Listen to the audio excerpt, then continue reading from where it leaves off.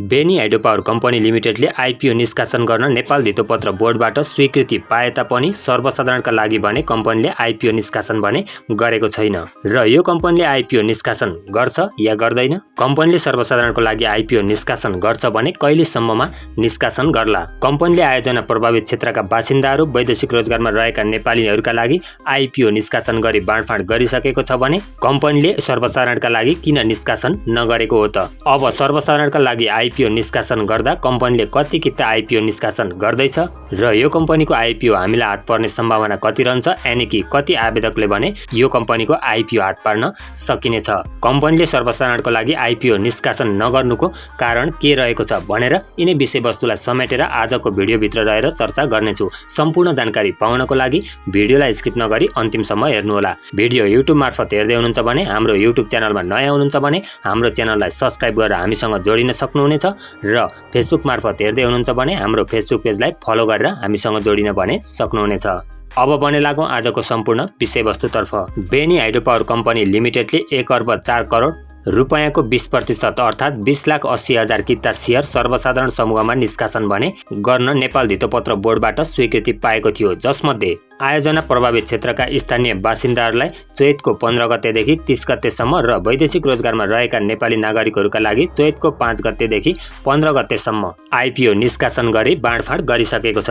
कम्पनीले 100 रुपैयाँ अङ्कित मूल्यका दरमा 1 अर्ब 4 करोड रुपैयाँको 20% अर्थात् 20,80,000 किता सेयर चाहिँ निष्कासन गर्न अनुमति पाएको थियो, जसमध्ये 10,40,000 किता सेयर आयोजना प्रभावित क्षेत्रका बासिन्दाहरू र सर्वसाधारणलाई छुट्याएको 10,40,000 किता मध्ये वैदेशिक रोजगारमा रहेका नेपाली नागरिकहरूका लागि 10% अर्थात् 1,04,000 किता छुट्याई बाँकी रहेको 9,36,000 किता भने सर्वसाधारणका लागि निष्कासन गर्नको लागि भने कम्पनी तयारी अवस्थामा रहेको छ र यतिका समय बित्दासम्म यो कम्पनीको आइपिओ सर्वसाधारणमा किन निष्कासन नगरिएको भन्ने सन्दर्भमा धितोपत्र बोर्डबाट बिक्री प्रस्ताव स्वीकृत भएको मितिले 2 महिनाभित्र आइपिओ निष्कासन खुल्ला गरिसक्नु पर्ने व्यवस्था रहेको छ। यदि उक्त अवधिभित्र आइपिओ जारी गर्न नसकेमा पुनः धितोपत्र बोर्डबाट स्वीकृति लिनुपर्ने प्रावधान भने चाहिँ रहेको छ र यो कम्पनीले 2 महिना बितिसक्दा पनि सर्वसाधारणको लागि आइपिओ निष्कासन गर्न नसकेको कारण पुनः कम्पनीले स्वीकृतिका लागि धितोपत्र बोर्डमा आवेदन दिइसकेको छ।